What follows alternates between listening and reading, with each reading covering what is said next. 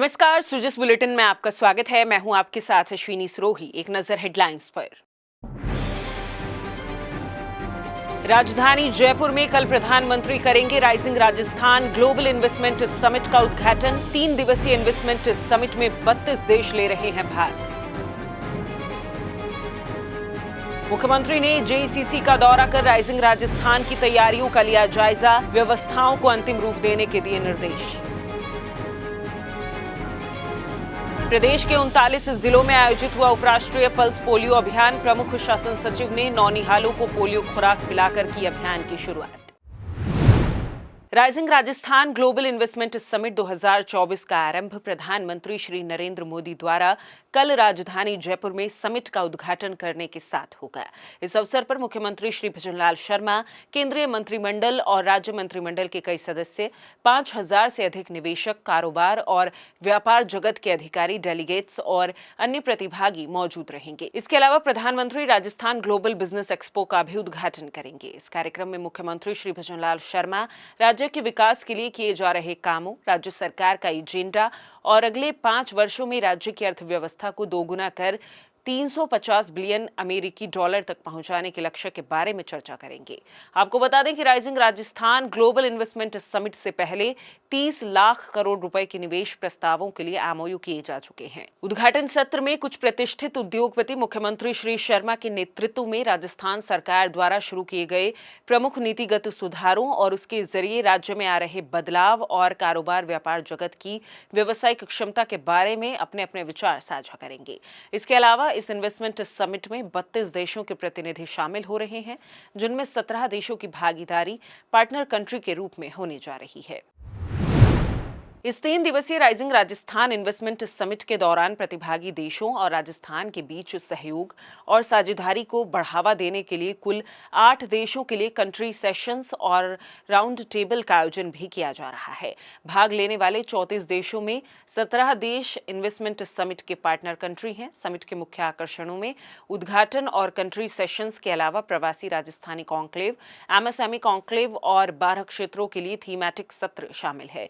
इन सत्रों में देश और दुनिया के कई विशेषज्ञ, उद्योग और व्यापार जगत के शीर्ष अधिकारी, केंद्र और राजस्थान सरकार के अधिकारी भाग लेंगे और इस दौरान संबंधित विषय से जुड़ी प्रमुख चुनौतियों, तकनीकी परिवर्तनों और उभरते अवसरों पर चर्चा की जाएगी।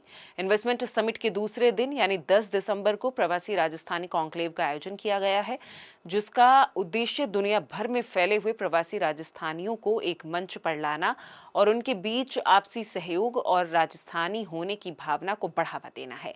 इस सत्र में प्रवासी राजस्थानी समुदाय के प्रति राजस्थान सरकार की प्रतिबद्धता और राज्य सरकार द्वारा इसके तहत किए जा रहे प्रयासों पर भी चर्चा की जाएगी। वहीं एमएसएमई कॉन्क्लेव का आयोजन इन्वेस्टमेंट समिट के तीसरे दिन यानी 11 दिसंबर को होगा, जिसमें एमएसएमई उद्यमियों, निवेशकों, देश और दुनिया के कई विशेषज्ञ, उद्योग और व्यापार जगत के शीर्ष अधिकारी, केंद्र और राजस्थान सरकार के अधिकारी भी शामिल होंगे। इस क्षेत्र की भविष्य की चुनौतियों व तैयारियों पर भी चर्चा की जाएगी।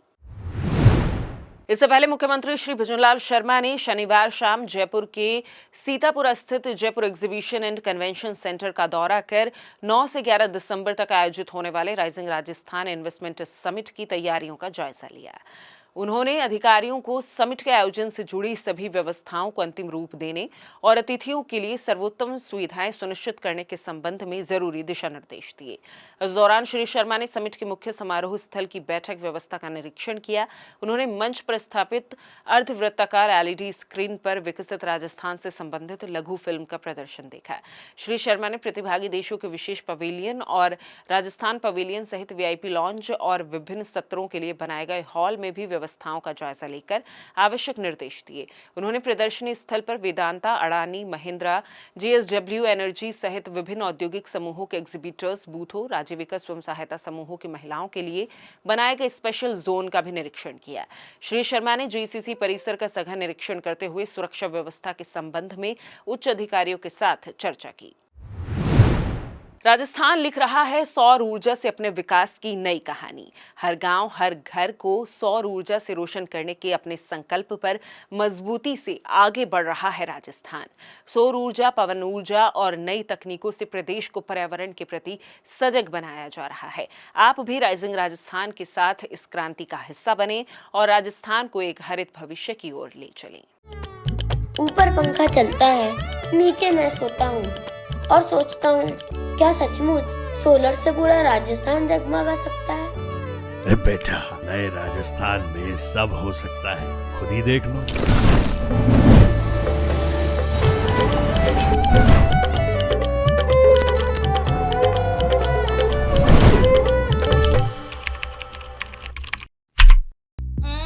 भविष्य की चमक को बढ़ाता हुआ राजस्थान, जिसने रेगिस्तान की गर्म हवा और धूप को ग्रीन रेवोल्यूशन में बदल दिया है।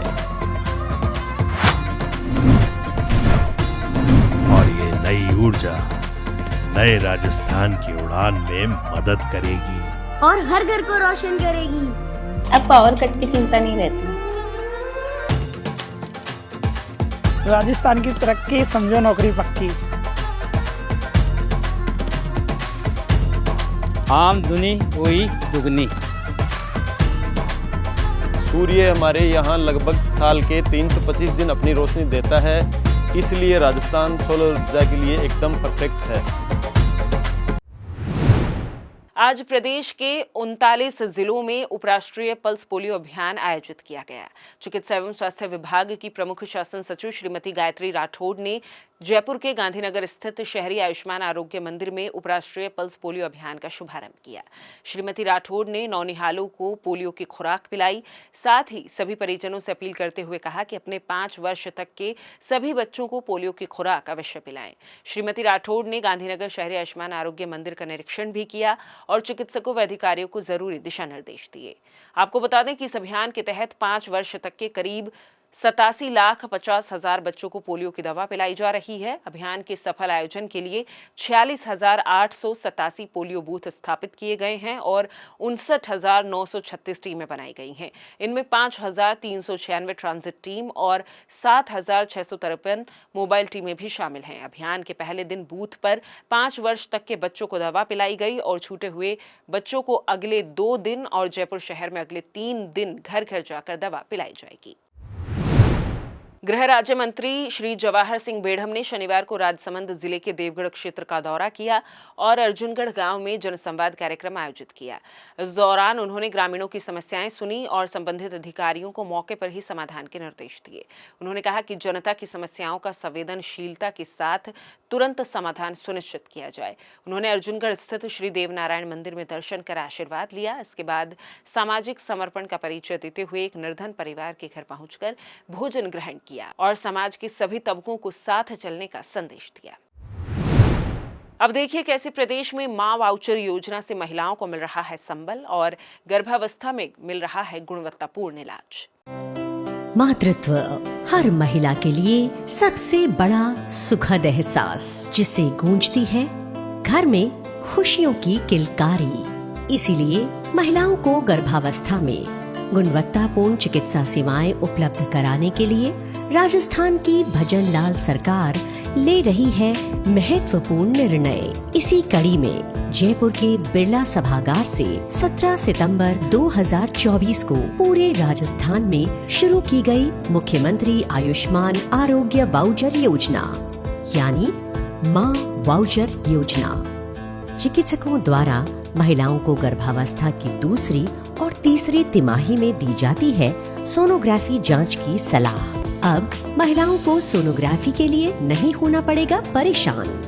योजना के अंतर्गत सभी गर्भवती महिलाओं को मिलेगी निशुल्क सोनोग्राफी जांच की सुविधा। योजना के तहत राजकीय चिकित्सा केंद्रों के साथ पंजीकृत निजी केंद्रों पर भी मिल सकेगी निशुल्क सोनोग्राफी की सुविधा।